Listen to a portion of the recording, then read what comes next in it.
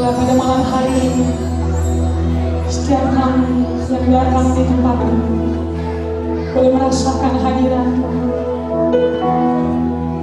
Karena Engkau rela datang di tempat ini. Kau rela menjadi serupa dengan Kau, menebus dosa kami. Kami bersyukur Tuhan. Kami bersyukur Bapa.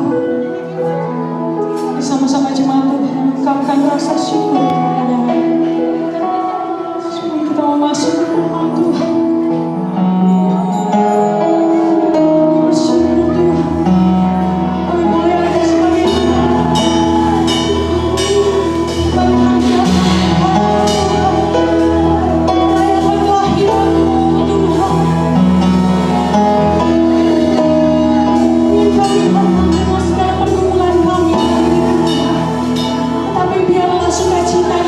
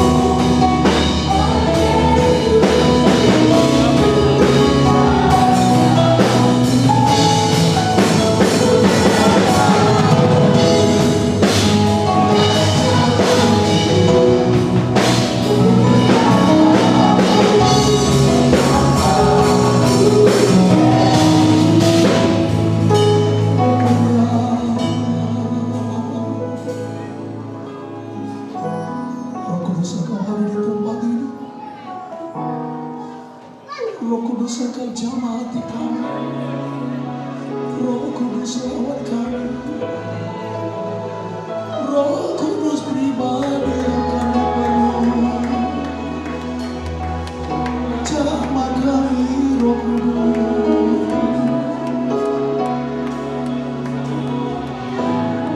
Layakkan kami menikmati hadirat-Mu Tuhan. Hadirat-Mu memberkati kami.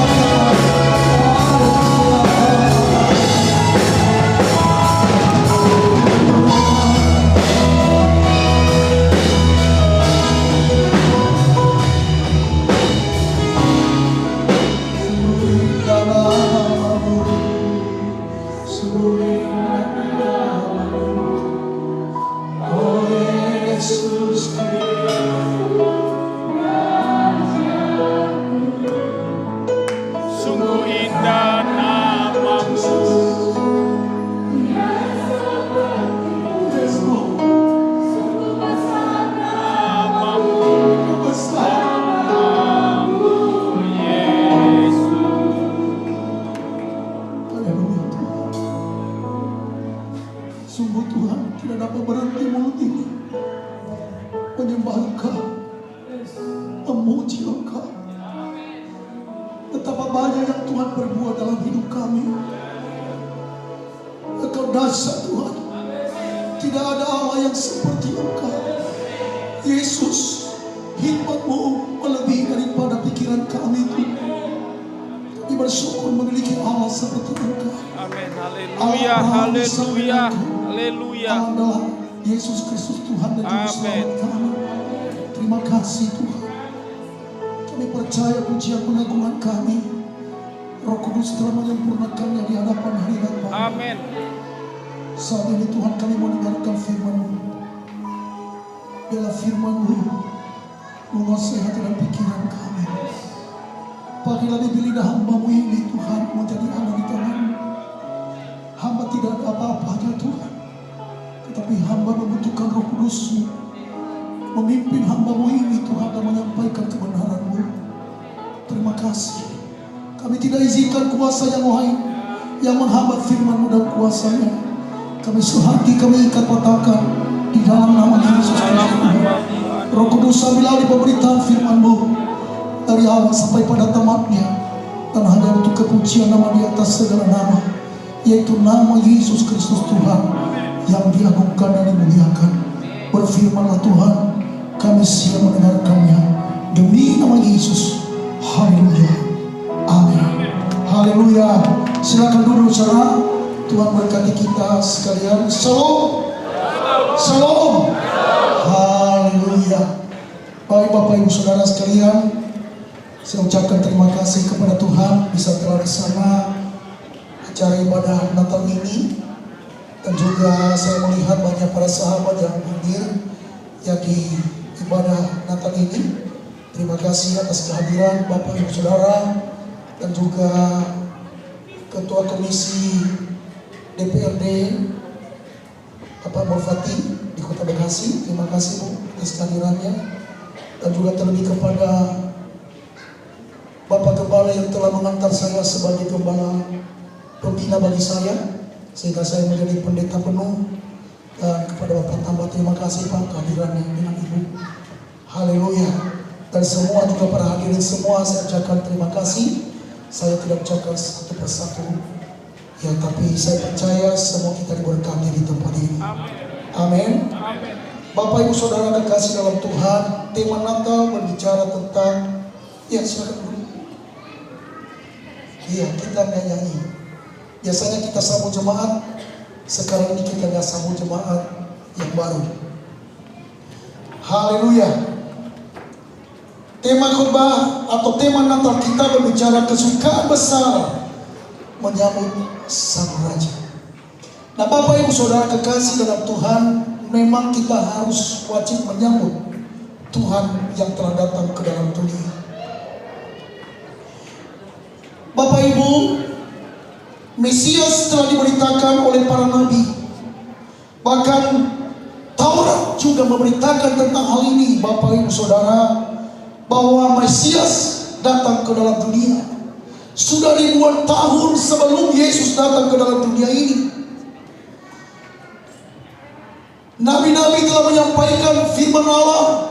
Dia sampaikan kepada umat Israel bahwa Mesias akan datang ke dalam dunia ini, karena manusia telah jatuh dalam dosa dan telah kehilangan kemuliaan Allah. Maka Allah memiliki inisiatif untuk datang ke dalam dunia ini untuk menyelamatkan manusia yang telah jatuh di dalam dosa. Dan melalui Yesus Kristus yang dosa Bapak Ibu Saudara, Dia datang dalam wujud manusia. Apa yang sudah dinubuatkan dalam perjanjian lama itu digenapi dengan kedatangan Yesus, dalam kelahiran Yesus ke dalam dunia ini, yaitu firman Allah yang telah menjadi manusia. Makanya kalau kita membaca Alkitab, kalau kita tidak terfokus kepada satu pribadi Yesus, maka sudah pasti Bapak Ibu Saudara gagal paham mendengarkan firman Tuhan. Bapak Ibu Saudara pasti gagal paham di dalam membaca Alkitab kalau Bapak Ibu Saudara tidak terfokus kepada satu pribadi, yaitu Yesus yang telah datang ke dalam dunia. Itulah sebabnya jangan pernah lupa, apapun persoalan pergumulan yang kita hadapi, apapun sukacita yang kita hadapi, tetap kita terfokus kepada satu pribadi, yaitu siapa? Yesus. Karena Dia adalah juru selamat dunia. Karena manusia telah memberontak terhadap Allah dan sudah terpisah dengan Allah, dan oleh melalui Yesus Kristus Bapak Ibu Saudara, kita diperdamaikan kembali, sehingga kita sudah menjadi ciptaan yang baru. Yang lama sudah berlalu, tetapi yang baru telah datang. Di dalam renungan Natal pada kesempatan ini, ada tokoh-tokoh di dalam Alkitab yang tulis dalam Alkitab Perjanjian Baru Bapak Ibu Saudara, hal-hal tentang sikap hati yang menyambut kedatangan Mesias. Dan di dalam Perjanjian Baru ada dua Injil yang menulis tentang kelahiran Yesus, yaitu di dalam Injil Matius, yaitu dia menceritakan atau menulis tentang Yesus yang lahir dalam keturunan Yusuf. Sedangkan dalam kitab Injil Lukas, dia menulis tentang keturunan yang berbicara dengan mulai dari keturunan dari Maria. Dan mereka ini satu keturunan, yaitu namanya Yehuda. Nah Bapak Ibu Saudara, kita akan belajar atau merenungkan tentang hal ini. Sikap setiap orang yang menyambut kedatangan Tuhan Yesus. Karena Natal ini berbicara tentang kesukaan besar menyambut Sang Raja. Tokoh yang pertama yang bisa kita pelajari di sini adalah Herodes. Sikap pertama, dia berpura-pura dengan sukacita palsu. Kalau kita lihat di dalam Matius pasal 2 ayat 8, dia berkata begini, kemudian ia menyuruh mereka ke Betlehem, katanya, pergi selidikilah dengan seksama hal-hal mengenai anak itu, dan segera sesudah kamu menemukan dia, kabarkanlah kepadaku supaya aku pun datang menyembah Dia. Perhatikan di sini saudara, Herodes berbicara, kalau kau menemukan Dia, maka beritahukan kepadaku supaya aku apa? Menyembah Dia. Sepertinya ini rohani saudara. Mereka atau Herodes mau datang untuk menyembah Yesus yang lahir. Tetapi perhatikan saudara, sikap hati yang pura-pura inilah yang membuat malapetaka bagi banyak orang. Kita lihat sikap kedua daripada Herodes di dalam Matius pasal 2 ayat 16. Ketika Herodes tahu bahwa ia telah diperdayakan oleh orang-orang Majus itu, ia sangat marah. Lalu ia menyuruh membunuh semua anak di Bethlehem dan sekitarnya, yaitu anak-anak yang berumur 2 tahun ke bawah, sesuai dengan waktu yang dapat diketahuinya dari orang-orang Majus itu. Perhatikan saudara, sikap yang dilakukan oleh Raja Herodes adalah memiliki sikap iri hati yang mengakibatkan segala perbuatan jahat. Dia menyuruh untuk membunuh anak-anak yang 2 tahun ke bawah. Perhatikan saudara, di sini kita melihat kengerian yang terjadi karena diakibatkan oleh keenakan iri hati, tidak bisa bersaing dengan Mesias yang akan datang. Dia melakukan inisiatif jahat untuk membunuh semua anak-anak yang datang, yang umur 2 tahun ke bawah. Perhatikan pada masa itu saudara, kalau kita lihat flashback, coba kita bayangkan pada waktu itu anak-anak yang tidak berdosa, mereka bukan bersuka cita. Orang-orang tua pada waktu itu yang memiliki anak 2 tahun yang ke bawah, coba bayangkan Bapak Ibu Saudara, kalau di dalam keluarga kita dilakukan oleh orang-orang yang jahat saudara, seperti hati Herodes ini, bukan sukacita Natal yang terjadi, tetapi duka cita. Perhatikan Bapak Ibu Saudara, sikap Herodes ini membawa malapetaka di tengah-tengah dunia dalam menyambut Mesias yang datang. Dan sikap iri hati inilah yang membawa malapetaka. Kenapa apa yang dikatakan di dalam kitab Yakobus yang berkata, sebagaimana iri hati dan mementingkan diri sendiri, di situ ada segala kekacauan dan segala macam perbuatan jahat. Sikap seperti ini jangan ada di antara manusia yang percaya kepada Yesus. Jemaat, siapapun di antara kita saat ini jangan memiliki sikap Herodes yang membawa malapetaka. Sukacita seharusnya yang terjadi, tetapi dia membawa malapetaka. Karena kenapa? Iri hati. Dan ini sangat berbahaya di dalam pelayanan, di dalam gereja, sikap iri hati itu. Ini sangat membahayakan di tengah-tengah keluarga kalau seseorang memiliki hati yang iri. Saudaraku kekasih dalam Tuhan, tidak boleh ikut dengan Herodes seperti ini. Kita harus memiliki hati yang bersukacita menyambut sang raja. Jangan kita membuat orang memiliki malapetaka hanya karena kita tidak bisa melihat kemajuan orang. Saudaraku, milikilah hati yang rendah hati dalam menerima segala anugerah dan berkat Tuhan. Saya tidak mau membanding-bandingkan berkatku dengan orang siapapun. Mau dia kaya atau miskin, di dalam penggembalaan kita, saya nggak beda-beda. Saya salam dengan hati yang tulus, dengan wajah yang manis, senyum dengan ketulusan. Jangan berpura-pura. Kalau kita memiliki hati yang pura-pura, maka waktu nanti akan berbicara saudara, nanti akan kita temui hal-hal yang tidak berkenan kepada Tuhan, dan akhirnya menimbulkan kekacauan bagi banyak orang. Tokoh yang kedua yaitu seorang orang Majus. Orang Majus ini adalah kaum bangsawan, orang cerdik pandai, orang yang terdidik. Sikap pertama yang mereka hadapi adalah mereka datang dari jauh, merelakan diri untuk untuk meninggalkan kenyamanan mereka, bahkan kesibukan mereka. Perhatikan Bapak Ibu Saudara, mungkin ada di antara Bapak Ibu Saudara yang mungkin memiliki jabatan yang baik di tengah-tengah masyarakat. Tetapi perhatikan, milikilah sikap seorang Majus dalam menyambut sang raja. Sekalipun mereka adalah orang yang cerdik pandai, mereka itu bangsawan, tetapi mereka mau meninggalkan itu semua demi untuk berjumpa dengan sang Mesias. Mereka bersuka cita. Matius pasal 2 ayat 1 dia berkata, sesudah Yesus dilahirkan di Bethlehem di tanah Yudea pada zaman Herodes, datanglah orang-orang Majus dari timur ke Yerusalem dan bertanya-tanya, di manakah dia raja orang Yahudi yang baru lahir itu? Kami telah melihat bintangnya di timur dan kami datang untuk menyembah dia. Ini penyembahan yang tidak pura-pura. Mereka datang dengan hati yang tulus.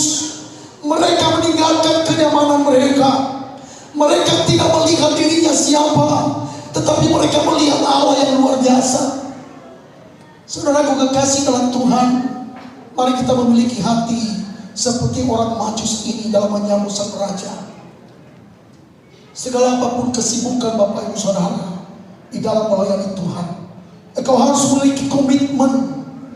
Kita harus memiliki komitmen untuk melayani Tuhan, untuk berjumpa dengan sang Mesias, sang raja yang telah datang ke dalam dunia. Dia lahir di dalam hati kita, hati setiap orang yang percaya. Perhatikan sikap kedua daripada seorang Majus. Mereka datang bersuka cita dan menyembah dia, membawa persembahan. Dalam Matius ayat 2 pasal 10 pasal 2 ayat 10 dia berkata, ketika mereka melihat bintang itu, sangat bersuka citalah mereka. Garis bawahi di sini, sangat bersuka citalah mereka. Maka masuklah mereka ke dalam rumah itu dan melihat anak itu bersama Maria ibunya, lalu sujud menyembah dia. Mereka pun membuka tempat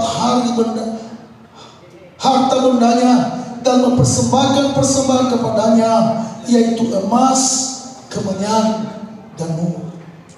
Perhatikan di sini, bukan hanya mereka datang dari jauh, bukan hanya mereka meninggalkan segala kenyamanan mereka, tetapi mereka datang untuk sujud menyembah Tuhan. Dan mereka tidak datang dengan tangan hampa. Mereka membawa emas, mereka membawa kemenyan, mereka membawa mur. Saudaraku kekasih dalam Tuhan, memang persembahan materi itu Bapak Ibu Saudara tidak menjadi ukuran di dalam menyembah Tuhan. Tetapi setiap orang yang datang menyembah Tuhan, firman Tuhan berkata, janganlah datang dengan tangan yang hampa. Kan ada nyanyian itu. Apa nyanyiannya itu? Ku tidak datang dengan tangan yang hampa, ku datang kepadamu. Setidaknya kau membawa hati kepada Tuhan. Bukankah firman Tuhan yang berkata, persembahkanlah hidupmu sebagai persembahan yang hidup, yang kudus dan yang berkenan. Itulah persembahanmu yang sejati. Kita harus mempersembahkan hati kita kepada Tuhan. Kita bawa kepada Tuhan di atas mezbahnya, membawa hidup kita, hidup yang berkenan kepada Tuhan. Makanya waktu kita beribadah itu Bapak Ibu Saudara, dengan penuh kesiapan, dengan penuh sukacita, tidak dengan tangan yang hampa, kita datang kepada Tuhan.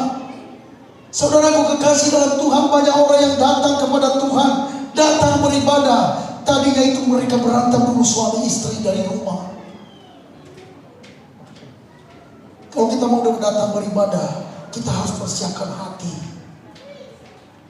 Nanti pendeta khotbah keras nantinya, dibilang, untuk apa itu khotbah? Padahal sebenarnya dia lagi marah dengan istrinya. Saudaraku, mari kita persiapkan hati untuk datang kepada Tuhan. Baik dalam setiap ibadah manapun, kalau seorang jemaat yang tidak mempersiapkan hati kepada Tuhan, dengan hati yang kosong, dia juga pulang dengan hati yang kosong. Saudara. Kenapa? Karena pemberontakan, dosa. Kita membawa hidup kita dengan apa? Hidup yang berkenan, hidup yang kudus, hidup yang tidak bercela. Menjelang kedatangan Tuhan harus kita mempersiapkan kita menjadi jemaat yang kudus dan berkenan kepada Tuhan. Zaman sekarang memang banyak persoalan, tantangan kehidupan. Banyak iming-iming dunia ini yang memisahkan kita dari Allah. Tetapi orang-orang yang menanti-nantikan Tuhan, mereka tidak akan menjadi lelah. Mereka tidak akan menjadi lesu di dalam datang untuk kepada Tuhan. Karena mereka membawa hati yang bersuka cita, hati yang bersyukur kepada Tuhan. Sebagaimana seorang Majus. Orang Majus ini jauh. Kalau kita lihat Bapak Ibu Saudara dari sejarah, orang Majus ini Bapak Ibu jauh. Yang di sebelah timur menuju ke Bethlehem itu bukan perjalanan yang pendek. Banyak jemaat saudara hanya gerimis aja susah datang ke gereja. Benar atau betul? Ya, saya nggak tahu nih banyak sekali jemaat yang nggak datang. Yang saya melihat banyak wajah-wajah yang saya lihat. Apakah karena gerimis? Ya, tapi orang Majus ini mereka meninggalkan itu semua. Saya percaya mereka akan pasti mereka akan melalui perjalanan yang berat. Mungkin ada penyamun di sana. Waktu itu kan tidak ada pesawat. Waktu itu tidak ada kendaraan. Mungkin mereka berjalan dengan pakai onta. Banyak tantangan yang mereka hadapi. Tetapi kita pada zaman sekarang gerimis saja susah untuk datang ke gereja. Nah saudara, mari kita perbaharui sikap kita untuk menyambut kedatangan Tuhan. Yang ketiga adalah sikap hati, sikap para malaikat. Perhatikan sikap yang pertama kita lihat dari malaikat adalah mereka memberitakan kedatangan Tuhan Yesus tentang apa yang dinubuatkan di dalam kitab suci. Dalam Lukas pasal 2 ayat 10 dia berkata, lalu kata malaikat itu kepada mereka, jangan takut, sebab sesungguhnya aku memberitakan kepadamu kesukaan besar untuk seluruh bangsa. Hari ini telah lahir bagimu juru selamat, yaitu Kristus Tuhan di kota Daud. Malaikat datang dengan sikap untuk memberitakan bahwa Yesus datang ke dalam dunia. Kristus atau Mesias, Tuhan di kota Daud. Perhatikan ini, bukan manusia yang memberitakan ini, malaikat. Makanya kalau orang berkata, di mana Alkitab mengatakan Yesus itu adalah Tuhan? Bukan lagi hanya rasul yang memberitakan ini, tetapi malaikat yang berbicara bahwa telah lahir bagimu Kristus Tuhan di kota Daud. Makanya untuk mengikuti Yesus tidak perlu lagi kita ragu-ragu saudara. Dia adalah Tuhan dan Allah. Allah, firman Allah yang telah menjadi manusia. Sebagai kita orang percaya, kita tidak perlu ragu untuk mengikut Tuhan. Kita tidak perlu ragu mengakui Dia sebagai Tuhan dan Allahku. Dia datang ke dalam dunia. Dia telah mati bagi saya dan saudara. Maka dia telah naik ke surga. Dia telah mempersiapkan tempat bagi saya dan saudara. Supaya di mana Yesus berada, di sana kita berada. Dan tidak ada nabi yang sehebat ini yang dapat memberitakan berita agung ini saudara. Bahwa hanya Yesus saja yang bisa melakukannya. Makanya anak-anak muda, jangan ada alternatif yang lain untuk engkau percaya. Hanya Yesus saja. Sekalipun itu harta menjadi iming-imingmu, sekalipun wanita cantik atau pemuda yang ganteng yang menjadi iming-iming untuk meninggalkan Yesus, jangan bergeming. Karena apa artinya hidup ini tanpa Yesus? Apalah artinya engkau memiliki seluruh dunia ini, kata firman Allah, kalau engkau kehilangan keselamatan jiwamu. Tapi kalau engkau memiliki Yesus, engkau cukup bagimu. Dalam menghadapi persoalan tahun 2023, saya katakan tidak perlu gentar. Asalkan engkau yakin dan percaya engkau memiliki Yesus yang luar biasa, itu sudah cukup bagimu. Walaupun orang bilang, zaman sekarang berjagalah, Lihat dunia bergelora, terdengar sini sana, banyak kabar menggemparkan. Kepada siapa kita berlindung? Berlindunglah pada Sana Allah. Pegang janji Tuhan. Manusia boleh ingkar janji, tetapi Tuhanmu yang kau sembah, Yesus Kristus namanya, tidak pernah ingkar janji. Biar bumi akan berlalu, gunung-gunung akan beranjak, tetapi firman Allah tinggal tetap. Dan engkau pegang yang tetap itu, jangan engkau pegang yang goyah. Pegang firman Tuhan. Itulah sebabnya di gereja kita dalam tahun 2023 kita melakukan namanya pemuritan, saudara. Tujuannya apa? Bukan hanya sekedar Tuhan pasti tolong, Tuhan pasti tolong, tetapi apa dasarnya Allah menolong kita? Tanpa kau mengenal pemuritan, saudara, engkau dibentuk dalam pemuritan itu, iman pasti goyah. Bagaimana kamu nanti di tahun 2023 seperti tidak ada pertolongan? Adakah kita berkata, aku tahu bahwa Tuhan Allahku sanggup tolong aku, tetapi aku tidak akan tunduk untuk menyembah patung Tuhanku Raja seperti Sadrak, Mesak dan Abednego. Karena dia mengenal kepada siapa yang percaya. Sekalipun seolah tidak ada pertolongan, asalkan kita berlindung kepada firman Allah, asalkan kita pegang janji Tuhan, Tuhan tidak akan mempermalukan kita. Yang membuat akan menjadi naik dan bukan turun, menjadi kepala dan bukan ekor. Kita bukan anak Tuhan yang mengekor terus. Kita harus berdampak bagi orang lain. Amin. Apa sikap malaikat ini? Mereka memberitakan kesukaan besar. Biarlah setiap hari engkau memberitakan kesukaan memberitakan Injil, kabar baik. Hidup kita ini untuk melayani Tuhan. Hidup kita ini untuk memberitakan Injil.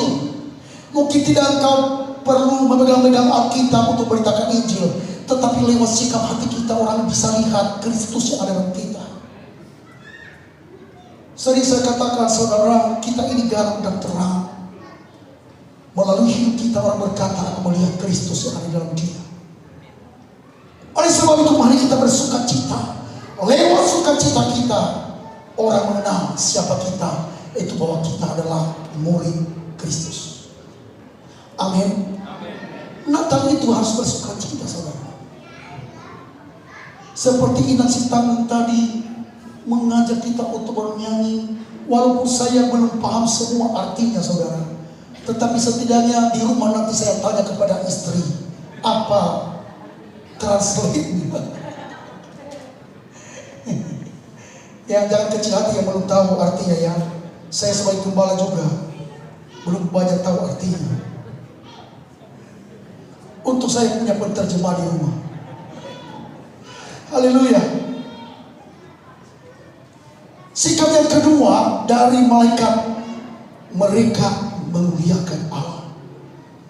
Lukas pasal 2 ayat 13-14. Dan tiba-tiba tampak bersama-sama dengan malaikat itu sejumlah besar bala tentara yang memuji Allah, katanya, kemuliaan bagi Allah di tempat yang maha tinggi, dan damai sejahtera di bumi di antara manusia yang berkenan kepadanya.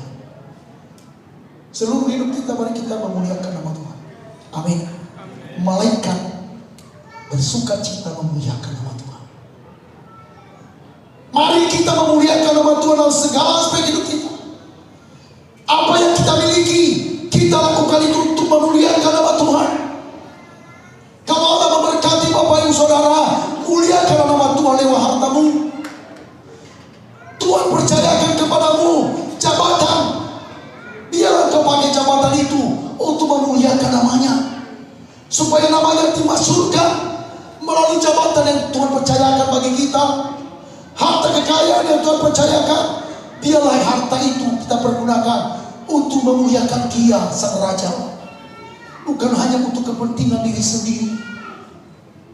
Saudaraku kekasih dalam Tuhan, kalau kita mati nanti, orang mengenang kita bukan karena tampannya dan cantiknya kita, Tetapi sejauh mana kita berdampak di tengah-tengah masyarakat.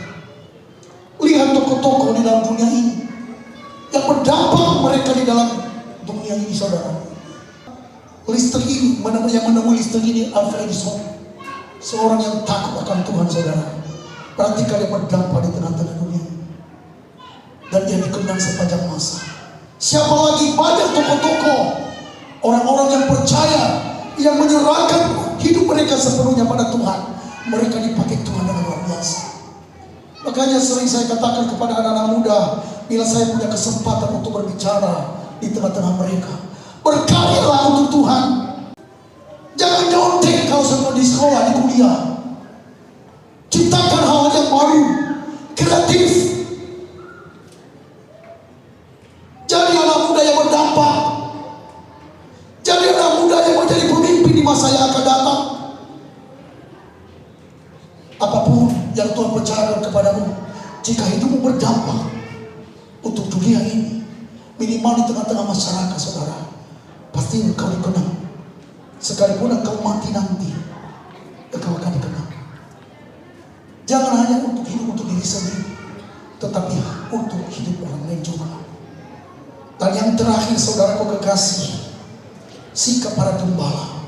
Mereka datang untuk bersaksi dan memberi dampak bagi orang lain. Saya ulangi, sikap para gembala pada waktu itu, mereka datang untuk bersaksi yang memberi dampak bagi orang lain. Perhatikan dalam Lukas pasal 2 ayat 15.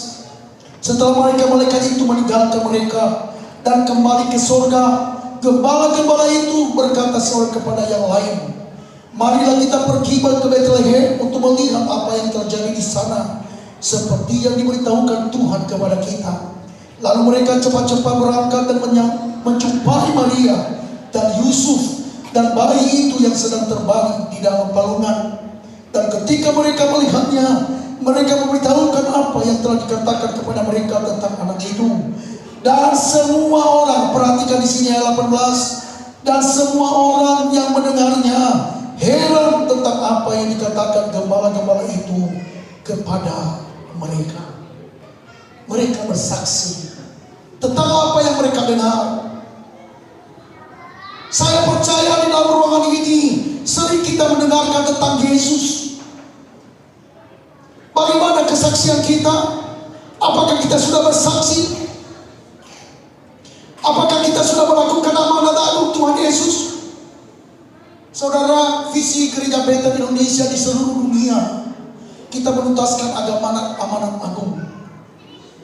Dan ini Gereja Bethel Indonesia Kota Daud mengambil bagian di dalam amanat agung itu untuk memberitakan Injil. Di tahun ini, saudara, sungguh saya bersyukur kepada Tuhan. Ada hadiah Natal bagi Gereja Bethel Indonesia Kota Daud. Cabang yang baru dari Pasar Teluk Buyung, saudara, di Jalan Perjuangan. Kita sudah buka di sana bergabung dengan kita, saudara. Ini adalah merupakan hadiah Natal bagi kita semua, saudara. Saya tidak pernah berpikir, saya tidak pernah mengalami, tetapi Bapak Pendeta Obaja mengundang saya untuk ketemu. Dia berkata, Pak, kami mau bergabung. Saya katakan di dalam hati saya, siapakah aku ini Tuhan? Siapakah kami ini Tuhan? Satu gereja bergabung, dilihat dari apapun, tak bisa. Hanya kita mengandalkan Tuhan. Yang kita bicarakan banyak tentang Yesus. Yang kita banyak berbicara tentang Yesus, tentang hal-hal surga. Kalau kita banyak berbicara tentang surga, Allah melakukannya bagi kita. Tuhan mengerjakan bagiannya. Bagian kita memberitakan Injil. Bagian kita untuk bersaksi. Hai, siarkan di gunung, di bukit dan di najwa. Hai, siarkan di gunung, lahirnya Al-Masih. Siarkan Yesus. Banyak orang di luar sana yang belum diselamatkan. Tidak ada alternatif yang lain saudara yang memberikan Allah bagi kita selain daripada setiap orang menerima Yesus pasti dia akan diselamatkan. Lalu pertanyaan kita hari ini untuk mengakhiri renungan malam hari ini, bagaimana sikap kita? Bagaimana sikap kita sebagai orang yang percaya? Apakah kita memiliki sikap seperti Herodes? Atau kita memiliki sikap hati seorang Majus, seorang malaikat, dan juga seorang gembala? Pilihan di tangan Bapak Ibu Saudara. Tetapi dari tempat ini saya katakan, milikilah hati seperti orang Majus, seperti malaikat yang suka memberitakan kerajaan Allah, dan memiliki hati seorang gembala yang pada waktu itu mereka berdampak bagi orang lain. Mereka bersaksi bahwa apa yang diterima mereka dari malaikat itu, mereka menyaksikan dan menceritakan, sehingga orang yang mendengar heran tentang apa yang mereka katakan itu. Kita, tugas kita sebagai orang percaya, bersaksi. Amin. Katakan 1 2 ya. Bersaksi. Amin.